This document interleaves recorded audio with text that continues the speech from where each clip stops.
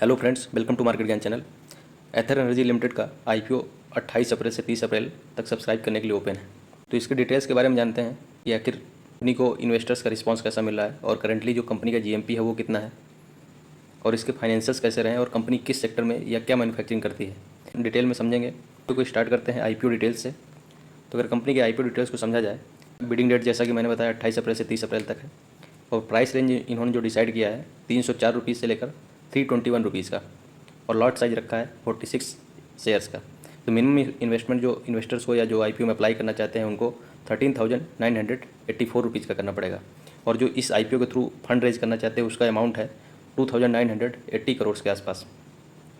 और ये जो रेज्ड जो फंड है इसको कंपनी ने बताया कि अपने capital expenditure, research and development में इन्वेस्ट करना चाहते हैं और जो इन्होंने लोन ले रखा है उसको रिपे करने के लिए इस फंड को यूज करने वाले हैं। तो ये तो हुई आईपीओ डिटेल्स। अब इसके बाद अगर कंपनी के जीएमपी की बात करें, क्योंकि ये आईपीओ अभी ओपन नहीं हुआ है, तो सब्सक्रिप्शन का कितना टाइम सब्सक्राइब किया गया या कम सब्सक्रिप्शन मिला है इसके बारे में डिटेल नहीं बता सकते। बट करंटली अभी जो कंपनी का जीएमपी है 5 रुपीज़ का है। मतलब ग्रे मार्केट में जो कंपनी का स्टॉक है वो अपने प्राइस रेंज से 5 रुपीज़ अपर लेवल पर ट्रेड कर रहा है।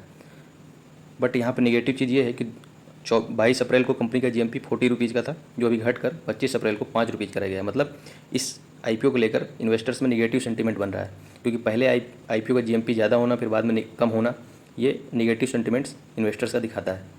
अब अगर कंपनी के डिटेल्स को समझें कि कंपनी आखिर काम क्या करती है, तो कंपनी इंडिया की 4th largest electric 2 wheelers manufacturing company है।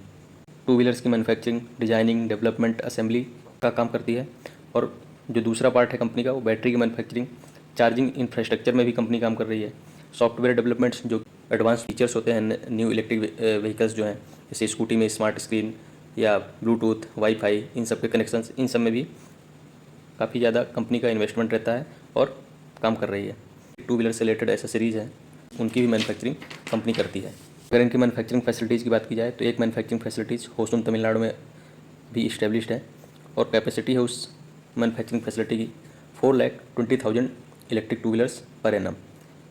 और उस बैटरी जो मैन्युफैक्चरिंग करती है उसकी जो कैपेसिटी है 3,79,800 बैटरीज पर एनम।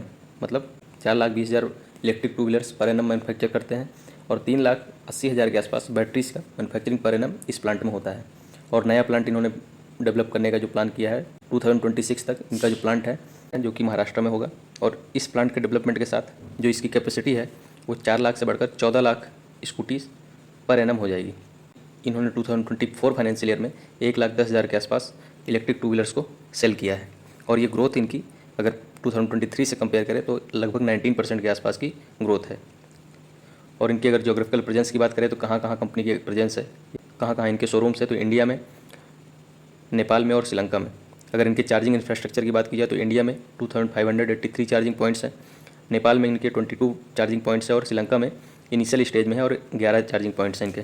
कंपनी के लिए जो सबसे नेगेटिव चीज़ है इनके फाइनेंशियल्स, रेवेन्यू में यहाँ पे इंक्रीज देखने को मिला है, लगभग 4 टाइम्स हो गए हैं 2 ईयर्स में। 22 में 409 करोड़ के आसपास का रेवेन्यू था, 2024 में 1,753 करोड़ का रेवेन्यू, मतलब 4 टाइम्स के आसपास का इंक्रीज है कंपनी के रेवेन्यू में मात्र 2 साल में।